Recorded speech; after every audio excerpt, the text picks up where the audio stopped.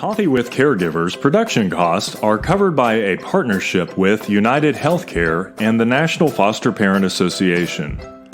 We receive no federal or state funding and depend on our constituents and viewers to help us achieve our goals to provide support and services that meet identified needs within our mission. We would like to welcome the viewers of Coffee with Caregivers to the family. The National Foster Parent Association offers several membership opportunities for individuals, child placing agencies, and state and local affiliates. You can join today or donate at nfpaonline.org.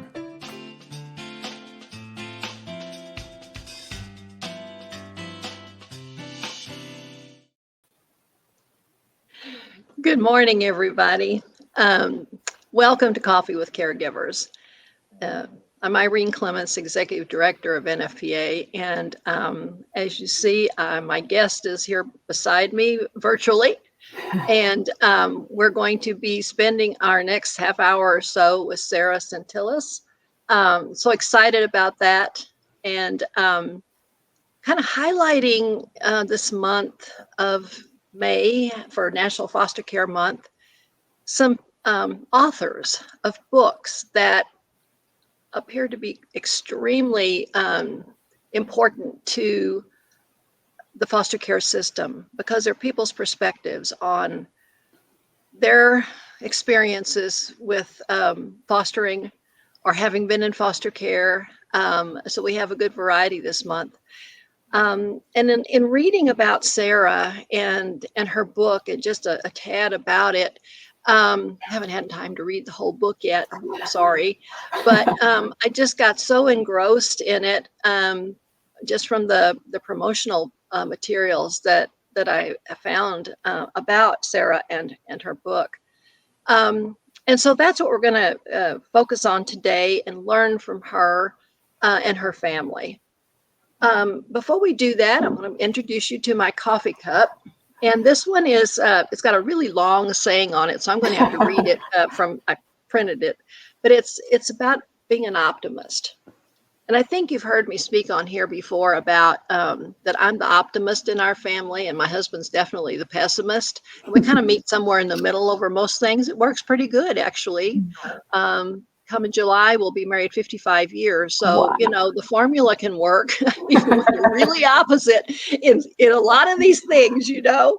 But the cup says optimist is a verb. And then it says someone who figures that a step backward after taking a step forward is not a disaster. It's more like a cha-cha. And my friend who gave this to me, she just said, when I saw this one, Irene, I had to get this for you because that's exactly how you look at life. It also says on there, it says, see also, rose-colored glasses, glass half full, and look on the bright side.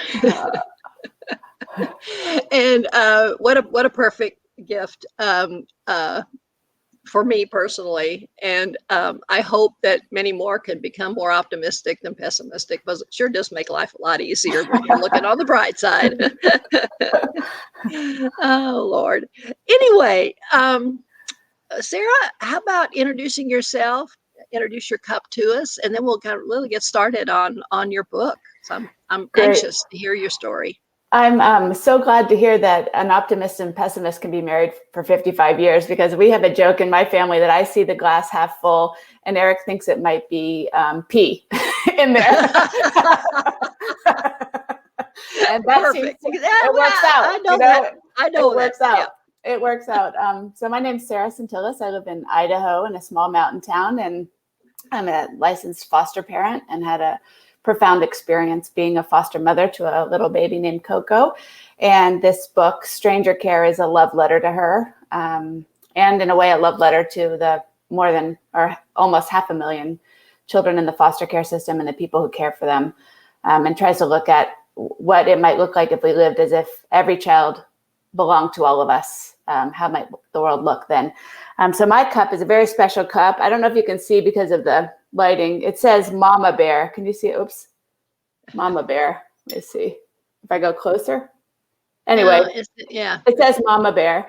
And it was a gift from a friend of mine that helped me remember that mother is a verb. It's something we do. It's a practice, and we can mother the foster children in our care. We can mother friends. We can mother the earth. We can mother our communities. That it's something that we do for one another, and it's way bigger than biology. And so this cup is really important to me. That's awesome. Well, one of the things that I read in some of the promotional materials was that the name of your book is Stranger Care, and that it's talks about kind of what it means to build a family and what families can look like. And I know that, in the world we live in today, there are so many examples of family and what that means. And you said it perfectly in your introduction about it's not about biology all the time, right? There's so much more that goes into who we see as family, how we incorporate them in our lives. The other thing is,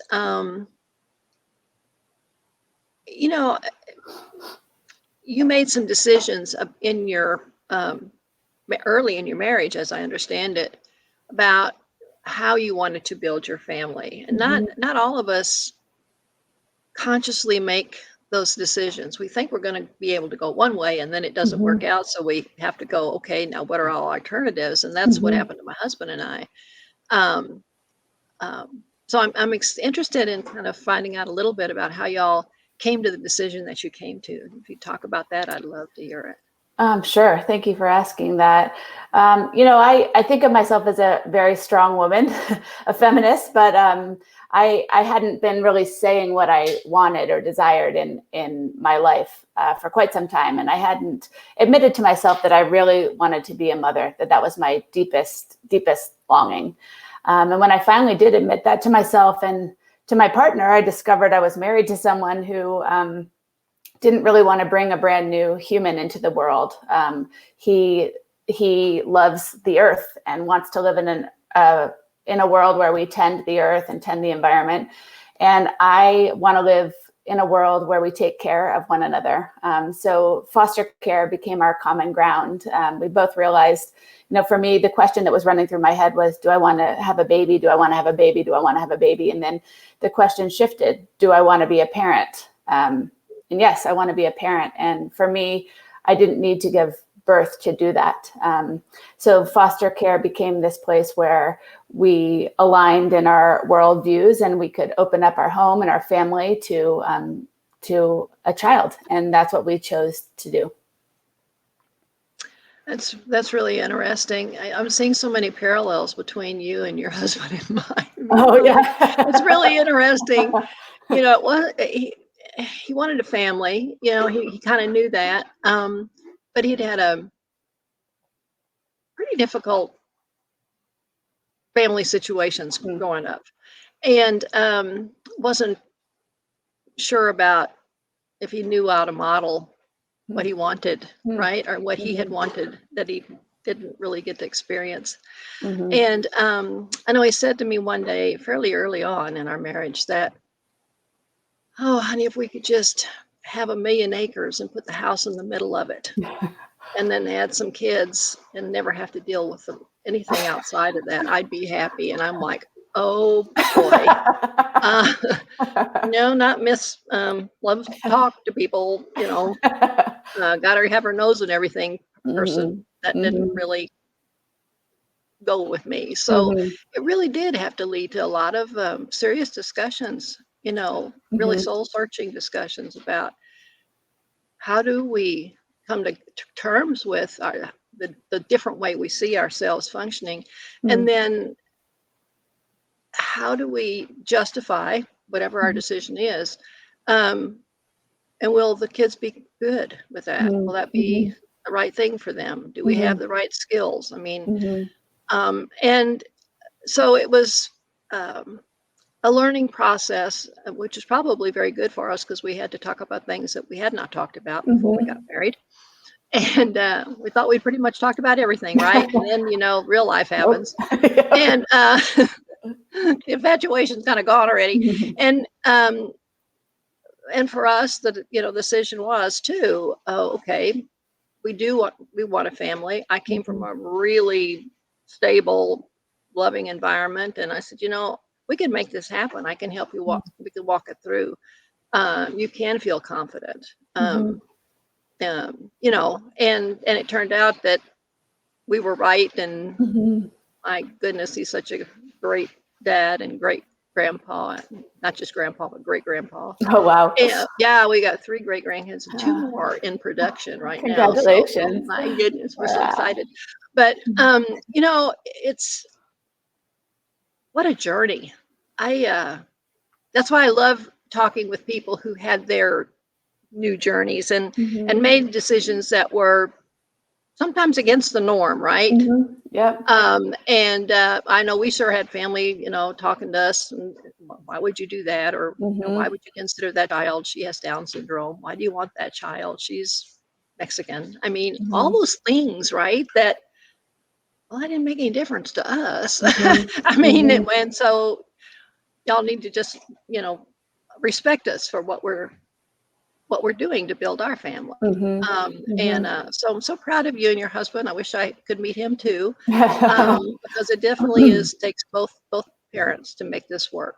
Yeah, it's such a relief to hear you talk like that and to talk about, the conversations and the struggles and the kind of courage that it takes to make decisions that are, as you say, against the norm. And then what that brings up in other people, it brings up racism, it brings up fear of the other, it brings up fear of the unknown. A lot of times people would say, oh, I've thought about fostering, when they found out that I was fostering, when we were fostering a baby. I thought about fostering, but I've always wanted a child of my own. And that phrase drove me crazy. I just wanted to say, all children belong to us. And all children are also not ours. Even children we give birth to, they're strangers, these mysterious beings that we welcome into our lives, and we support them to become who they need to be. And what I love about foster care is that it really expands that sense of belonging. I write about Coco, who's the name of the infant that we fostered. She was never ours, but we belong to each other. And that, for me, is a definition of family. And if we can have that expansive view of what it means to care for other people or trees or whales or, whoever we are able to grow our hearts enough to call kin, then anything is possible. Right. Absolutely. So when you were fostering Coco, you obviously had a growing relationship with her mother. Can you talk a little about that experience and what that meant, not only to y'all and to her, but to her mom? Yes, I still remember the day that I met Evelyn. When you're a foster parent, there's lots of court dates. And Coco had been in our care for 2 weeks. We picked Coco up from the hospital when she was 3 days old and brought her home. So we were her first home. And we met Evelyn at the courthouse. And she, lifted the blanket that we had over the stroller and asked if she could hold Coco. And of course we said, yes, you can hold her. And I think that moment was this moment of reckoning and opening for me. I thought, okay, here's this woman. She gave birth 2 weeks ago. She hasn't seen her baby for 2 weeks. She still has physical signs of pregnancy. How does her body feel?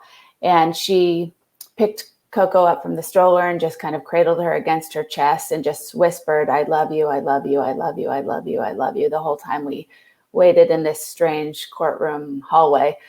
So then I started to think, okay, I thought that the stranger, my book is called Stranger Care because that's what we were called in the foster care system. And I thought the stranger I was supposed to care for is Coco. The stranger I was supposed to love is Coco. But that was easy. Really the stranger I am called to love is Evelyn, her mother. And that was a lot harder one, because I also had this dueling desire to, I wanted to keep Coco. I was immediately attached to her. I knew that we could give her a beautiful, stable life. And I wasn't sure what would happen if she wasn't in our care. So I had to learn how to love Evelyn as much as I loved Coco. And so much in our lives were different. I mean, everything about us really was different. except then we had this shared love for the same baby, and that changed everything. It's one of the most profound relationships I've had in my life. Yeah. You know, I was visited with a foster mother one time. They had been fostering for 30 years Wow. already at that point, and very close to retirement. And they had mostly focused on very young children the whole time. And she just said one day, she said, "Oh, you know, I'm getting older and not as well as I used to be, and I'm starting to have some heart issues, and so I'm going to have to go have I don't know, some kind of a scan or something." Anyway, she said, I know what they're going to find when they look at those pictures." And I said, "Well, what do you think they're going to find?" And she said, "A heart that's been broken and mended so many times that they're going to think, how does that woman even stay alive?" And she said, I view my heart that must look like a patchwork quilt." And I will never forget that conversation with her, because it helped me better understand myself and my feelings every time a child joined our family and every time the child left our family, right? And the feelings that we dealt with, the feelings our other children dealt with, you know, all of those things that I really hadn't figured a perspective on how to describe it, especially to my kids. And all my kids had quilts because grandma made everybody a quilt, right? And so we were able to use those beautiful designs and those pieces of material as kind of what our life was like, and how you put them all together, and it's beautiful. And it's important because it keeps you warm. It makes you feel nurtured. It's full of love, and you know, it was amazing how just that conversation changed how our family was able to talk about the feelings that we had, scared when they came, but excited, right? And almost always, not every time, a couple of teenagers, it was like, okay, it's time to go. But, you know, reality is this, but the just sure grief that we experienced so many times. And and putting that into the perspective, my children was able to say to us over time, you know, that made it okay, because we knew we were going to be okay. We were still part of this beautiful experience, right? And and then and the bonus was when they could go home, right? When that was able to happen. And we worked with a lot of birth parents too, and we still have some that it's 30 years later, and we're still friends with the families, and certainly with their kids, because every time they have a new kid, they bring them like the new grandma again, right? That kind of thing. So it's when you're in this long enough to have foster kids that are in their 40s,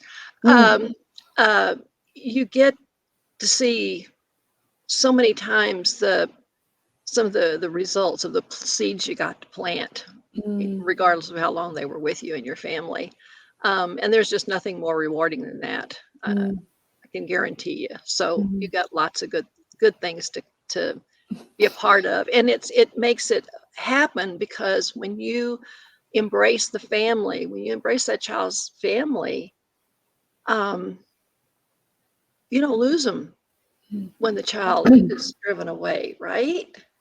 You stay a part of their lives, not a big active part usually for a while, sometimes, yeah, because they need your support, but you know, you're still there. And I've talked on this show a couple of times about about 2 years ago now, getting a text from one of the mamas, and her daughter is the same age as my daughter with Down syndrome, so they're 36 now. And so 2 years ago, I get this text: "Irene, I think our daughter needs us." Oh my God. You know, and she wasn't able to help her because of medical issues. And so we live in Austin, Texas. So I drove to San Antonio to help what she needed. She had hurt her back real bad and needed some help with one of her kids. But our daughter needs us, right? A relationship that I probably didn't see that mama once every 3 years. Wow. I'd run into her somewhere or something, but it was not that kind of relationship. But we'd be friends on Facebook the whole time, and I was kept up with what was going on in the family. And of course, this young lady would come to visit almost all the holidays and bring her kids and things like that. So, but those are the things that that I hope every foster parent gets to experience. It's as time moves forward for them to see that the help you gave to those families made an absolute profound difference in their futures. I remember when Coco was with us, and Evelyn and I texted regularly, and I'd send pictures and, make sure she knew what was going on and that Coco was being well cared for. And she would always text me, how's my girl? How's my little princess? How's my perfect little baby girl? How's my daughter? And our relationship changed at one point when it was clear that reunification was going to happen, and the visits had moved from, weekly visits to 6-hour visits to 12-hour visits to overnights. I drove Coco to where Evelyn lived, and Evelyn invited me to hang out with them for a little bit. So we just spent some time just playing together with Coco, and I could feel that our relationship shift in that moment.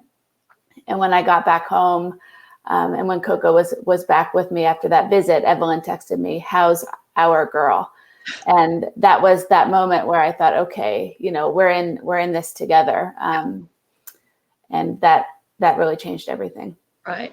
And just think of how reassuring it was for you to accept that language, knowing that you were not going to abandon her either. Right. And there's always a fine line about what's a healthy relationship after reunification and things like that. But we found through all of our tenure that it was not anything that we needed to be really worried about at any point. I mean, as long as we set whatever parameters we felt like we had to or needed to at certain points, we would do it. And they, work with us that way, just like they did when the child was still living with us. So I don't want foster parents today to feel intimidated by the new federal laws and the Family First Prevention Services Act that really says foster parents need to work closely with the parents of the kids that join their family and really help them work towards reunification. One of the things that really stayed with me in our training was one of the social workers said, if you can't love the biological parents, your foster child will think you can't love them either. And that was like a mindset shift for me about what it meant to be a foster parent. It was, but in our case, I think I underestimated two things. One, I underestimated how fierce my attachment and love for Coco was and how immediate. And then I underestimated what it would feel like to have to reunify her in a situation that may or may not be safe for her. It's one thing to recognize reunification as a goal. It's another thing to recognize, okay, you might be placing this child in a situation that's not safe. In the state where I live, the standards are so low for what it's minimal parenting ability. I mean, it's very, very low standards. And so that was really challenging. And the other thing that's hard in our state is that, when Coco was with us, her mother, Evelyn, had all these services around her. She had job training. She had someone helping her with her finances. She had someone helping her find an apartment. She had classes. She had drug counseling. She had counselor. She had all this stuff. And then the minute that the case was closed, when Coco was returned, all those supports disappeared. And in our case, things didn't go well after that. So it's been the most beautiful experience and the most shattering all at once. And I love that image that your friend said, if they could see my heart, they would see it's been broken and shattered. And when Coco was reunified, my parents actually gave me a necklace that is a shattered heart. It's this outline of a heart, and inside are all these little beautiful red, little almost ruby-like pieces to symbolize both that my heart had expanded and it had broken. You know, breaking is a kind of expanse, but it's been a challenge. And I think there's some things the foster system does really, really well, and then there's some things that could be very much improved. Absolutely. You bring up such a great point about they're just dropped like a hot potato. Yeah, and there are things working, you know, because the law is passed already, the Family First, and through the Children's Bureau, and policies are being written and developed about services, you know, after the fact, up to 12 months that can continue for these families, so that they can really make a difference while the child is living at home. It's one thing to have all these services when somebody else has the 24/7 care, right? And you can make visits go good.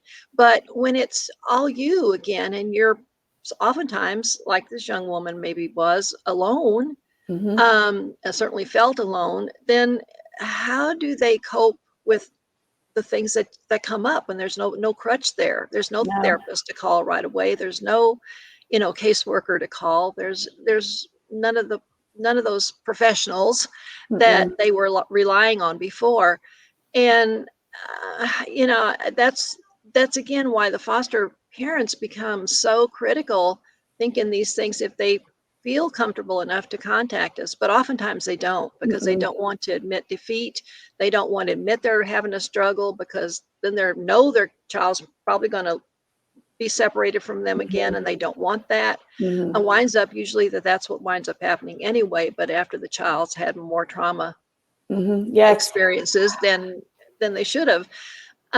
So it's difficult. And if we can, you know, make sure that states and counties can implement these things, that there's funding streams, that the feds are opening up. Oh my goodness, something outside my door. Anyway, I'm by my patio door, so I don't know what that was, folks, but I think we're all okay. Probably the wind is whipping up. There's supposed to be big thunderstorms today. So nice. I grew up in Texas too. Well, then you know. I love myself a thunderstorm. Yeah. Yeah, we're supposed to have some pretty big ones today, with hail and possible tornadoes. So wow. I was glad we were doing this, you know, in the morning instead of the afternoon, because you never know what's going to happen as long as the day goes on, and I might lose my internet. So, but anyway, you know, we've got to really think these programs through. And one of the things that, I know our time's getting short, but one of the things that the National Foster Parent Association has done is developed the National Training Institute. And it's NFPA.org, and it is full of courses, to educational webinars, all about parenting, all kinds of kids from all kinds of situations. And it's free. It's free for any parent, anywhere, right? Yeah, that's fantastic. Thank God for a great sponsor for that. And it is helping so many parents. And we have foster parents now that are utilizing it when working with the parents of their children, is that, you know, let's both take this course. And, you know, after I've taken it and you've taken it, and we can talk about it. How does this relate to your child? If I'm trying some of the things I learned on there, is it working or not? You know, what might work better, to help the parent start to really think through alternatives and parenting and styles of parenting and how they approach their children. And especially if children who are going to go back home and the trauma hasn't gone away yet. Right. And so they're probably even going to have new behaviors and new things to experience with the child, depending, of course, on their ages, but that they weren't even aware of from before, right? So the system has not done a good job forever in what do you do where are all the supports that need to be in there after the child goes home, to help them be successful. So I'm so glad that you brought that up. I think, you know, I think that the foster care system could learn a lot from open adoption practices. One of the things that I kept on thinking through foster care. You talked about my book being called Stranger Care. I'll show it. I don't know if people can see it. The directions are backwards, so I move it the wrong way. But we were called Stranger Care, which is such an alienating word for such an intimate task, because we were non-relative care providers or stranger care. But one of the things I kept on thinking is biology is so central in the foster care system. Like, the goal is to reunify with the biological family. But at the same time, foster parents are asked to love a child that they're not biologically related to. So here we are as foster parents having this profound, I can love anyone. I can love anyone.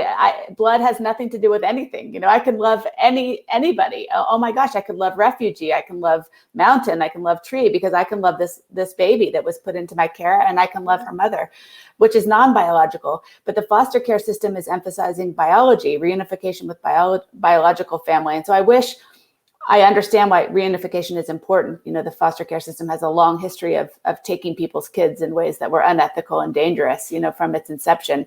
Right. So I'm in favor of course, you want to keep the family intact, but can't we have a more expansive notion of family after the fact? Because the foster care system exists for some reasons because biology guarantees nothing. It doesn't guarantee love. It doesn't guarantee good parenting. It doesn't guarantee a safe home. And that's, of course, because of all other oppressive systems like poverty, racism, all these ways that our communities are not pro-family. But I wish that it could look at open adoption and say, okay, so family has expanded now. How do we look? How do we look now? How do we understand what this family is for this foster child, even a foster child that's been reunified? And in our case, we were just told again and again by the system, you don't belong here anymore. You are not her family anymore. You don't even get to come to court anymore. You don't get access to information anymore. And so I think that that's open adoption, where family, the notion of who counts as family is so big, offers some resources for the foster care system to think about. Absolutely. That is, I think it's one of the critical elements of what we talked about today, because foster care is a lot of work. Mm-hmm. Foster parenting is a lot of work, and it's very stressful, and it's very hard on everybody in the family. And yet, it's the same old thing, but it's the most rewarding thing you'll ever be able to do. Probably the hardest, but the most rewarding. And that's true. And the difference is in the way adoption used to be, where everything was a secret. Mm-hmm. And then when open adoption became the norm, what a incredible change that brought families and to the kids, because they still knew who they were and where they came from. And we were able to experience both of those ways. And our first daughter, when she was 15, wrote a poem, put it on my pillow one night, and it was about her need to know her mother, because she had so many questions.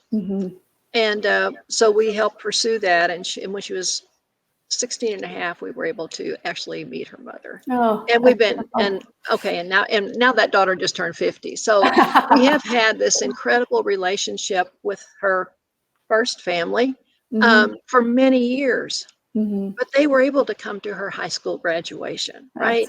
Yeah. They were there for the party when she went off to Desert Storm to serve. Oh, wow. I mean, they were at her wedding.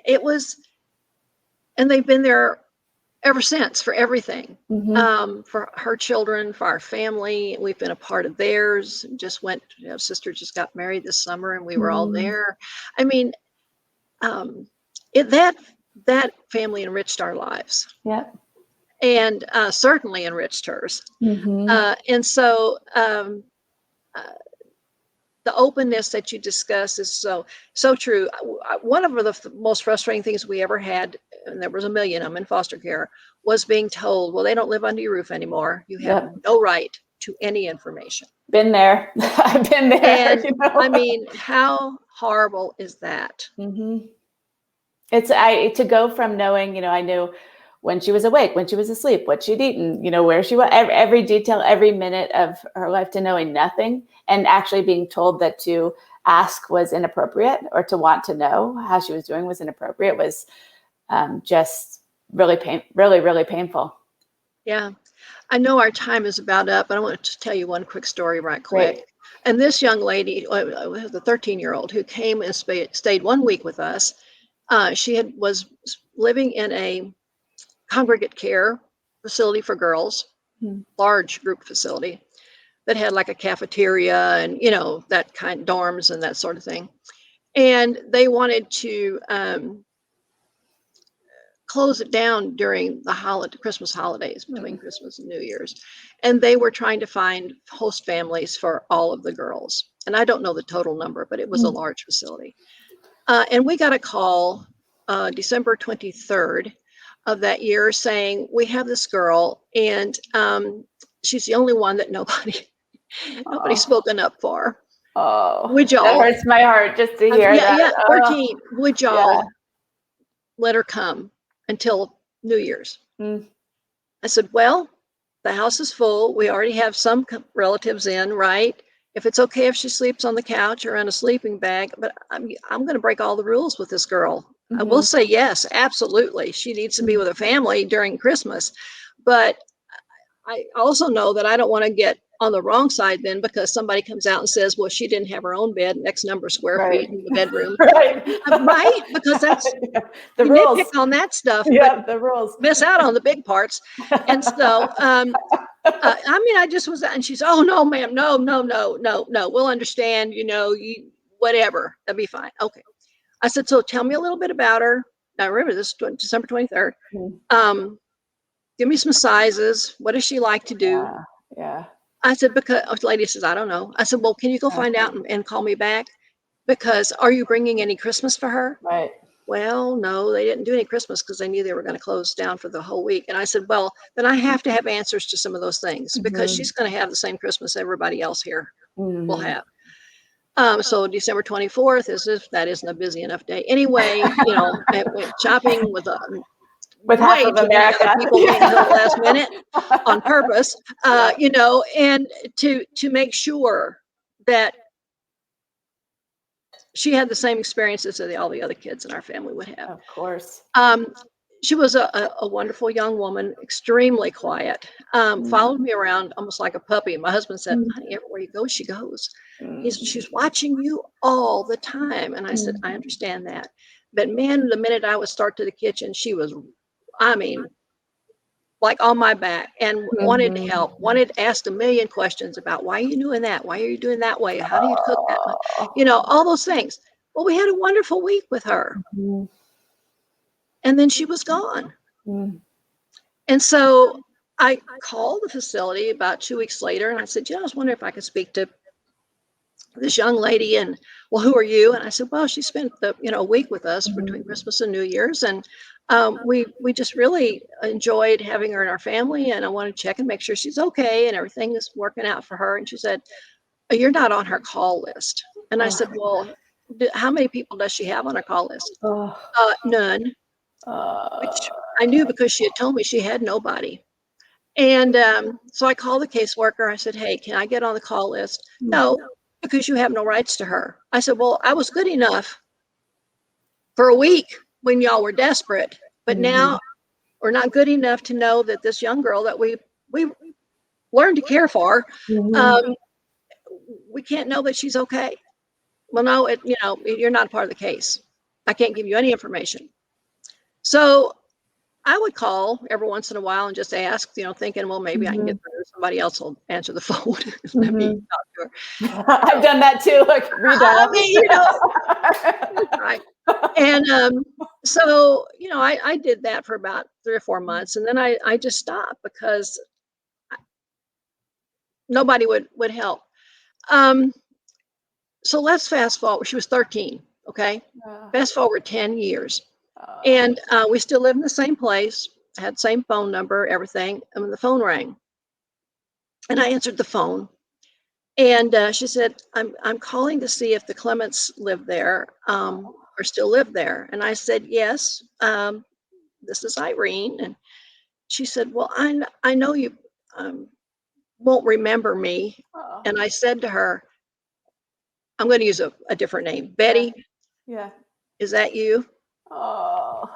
She said, how did you know? I said, because I will never forget your voice. Oh. And she started crying. And I said, I reached out so many times and nobody would let me talk to you. Did they ever tell you that we were calling to find out if you were all right? She said, nobody ever told me anything.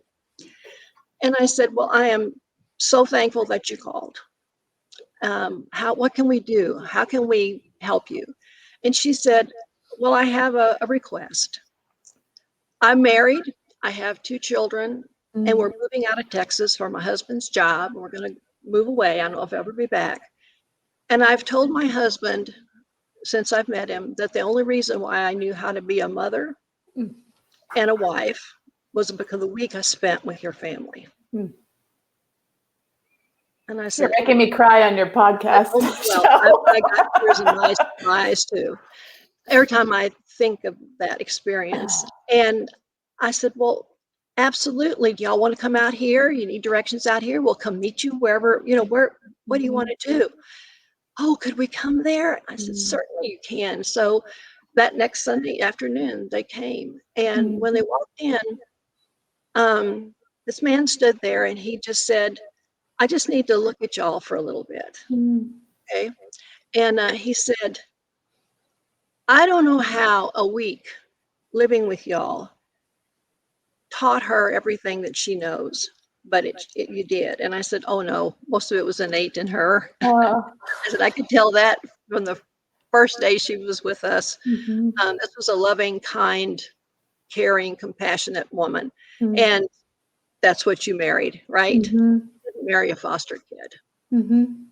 You married this bright, intelligent, kind, thoughtful person. And so we visited for a couple of hours and enjoyed their children, their little kids, and then they took off to go out of state. And that visit just confirmed for me everything I've known for years. I don't care how long they're part of your life, you make a difference for every child you touch and interact with. And whether it be in the foster care system or being a Girl Scout leader or a Sunday school teacher or whatever, right? You make a difference. And so when you say, oh, they were only here a week, okay. Amazing what you can impart into a kid just by them watching you, not even necessarily anything you tried to teach them, right? It's important. And it's a good lesson for all of us. And when we interact with other human beings, is that they watch us and learn from us more than what we say to them. Our actions speak far more than our words. So I think you've hit so many points for me that are really important in talking with foster parents about how we approach life, how we move forward. How do we respond when children join our family, and how do we respond when they leave? How do we show caring, kindness, compassion for their parents, while still absolutely being a champion and an advocate for that child's best interest, right? How do we do that? And then how do we take care of ourselves in that process? Because you can wear out. Yeah.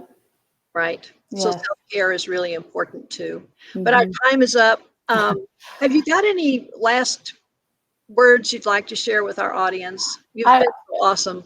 Oh, thank you so much for this conversation. I can't tell you what a relief it is to talk to someone who all the big ideas don't have to be explained. None of what I'm sharing is weird or strange or new. I just, when you were telling that story, which is just so beautiful, I remember I had Coco strapped to me. I was in the grocery store, and what the checkout person said, "Oh, your baby's so cute. How old's your baby?" And I said, "Well, she's actually my foster daughter, and she's 3 months old." And the cashier's eyes just welled up, and she said, "I grew up in foster care," and she said, "The good homes make all the difference."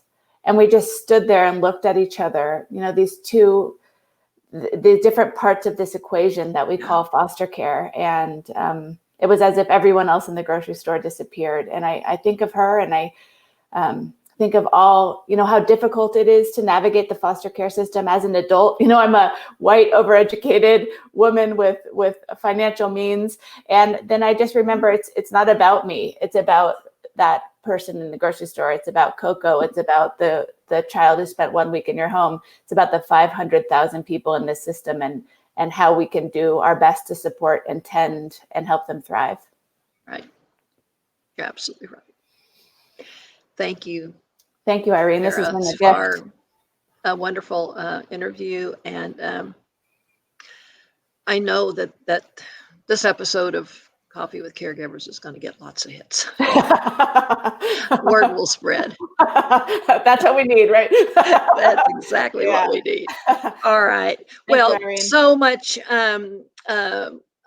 thanks to you for this, but more so for your book. I can't wait to read it. It's in the mail. So I will have it to read and share with people. Good. And I hope that everybody will. Random House, I believe, is that who's launching your book? Yeah, Random House is launching it, and I'm going to have a series of conversations that people can find on my website. I'm talking with Sally Field, the actor, Cheryl Strayed, Tony Doerr, Leslie Jameson, and they're all virtual. That's the benefit of the pandemic, I guess. You can attend from anywhere in the world. And I'm also in the works of planning a writing workshop for foster children. So I'll free one. So I'll reach out to you, Irene, about that. So maybe we can. Please do. We can promote that to our families, and hopefully there are some youth that would like to participate. That'd be awesome. I would love that. Great. Thank you so much for everything you do. And I have to say, when my publicist told me I would get to do this, she said, "You're going to be talking with a saint, a real saint." Well, I've never met her, but thank you. Take her for me. She said, we've had emails together. Yeah. I think she went on our website and watched a few of the coffee episodes because they're all archived on there. Yeah. So she had some idea of what we were talking about when we talked about Get You On. Well, thanks for all you do to protect these vulnerable kids and love them. You're welcome. No, you're welcome. Thank you. Thank you. Bye-bye. Bye. This episode is brought to you in partnership with our friends at United Healthcare. For more information about United Healthcare, please visit www.uhc.com.